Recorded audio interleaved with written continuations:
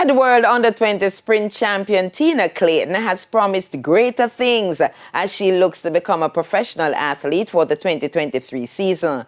Clayton defended her World Junior title in sensational fashion on Wednesday night in Cali, Colombia, in a Jamaica 1-2 finish. Renata Brown reports.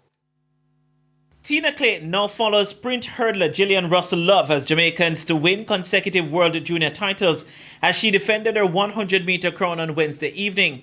Clayton stopped the clock in a championship and national under-20 record of 10.95 seconds to finish ahead of teammate Serena Cole, who clocked 11.14 seconds.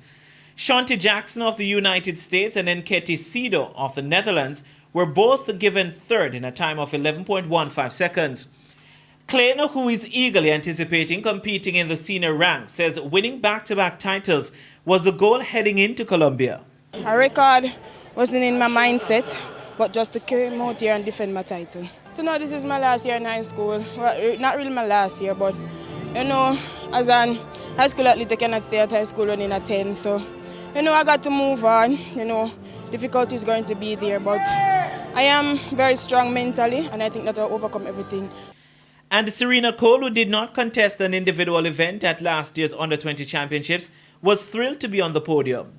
Well, we came out here to get the 1 and 2, and we did just as that. It's a great experience. My second year at the World Juniors. Last year, I did not do the 100 because of some difficulties. But this year, I came out here and did my best. Meanwhile, Jamaica's other finalist on Wednesday, Demario Prince, did not finish the men's 110-meter hurdles final after a dangerous fall. Prince clattered the final hurdle as he looked to make up ground following a sluggish start. Renata Brown for TVJ Sports.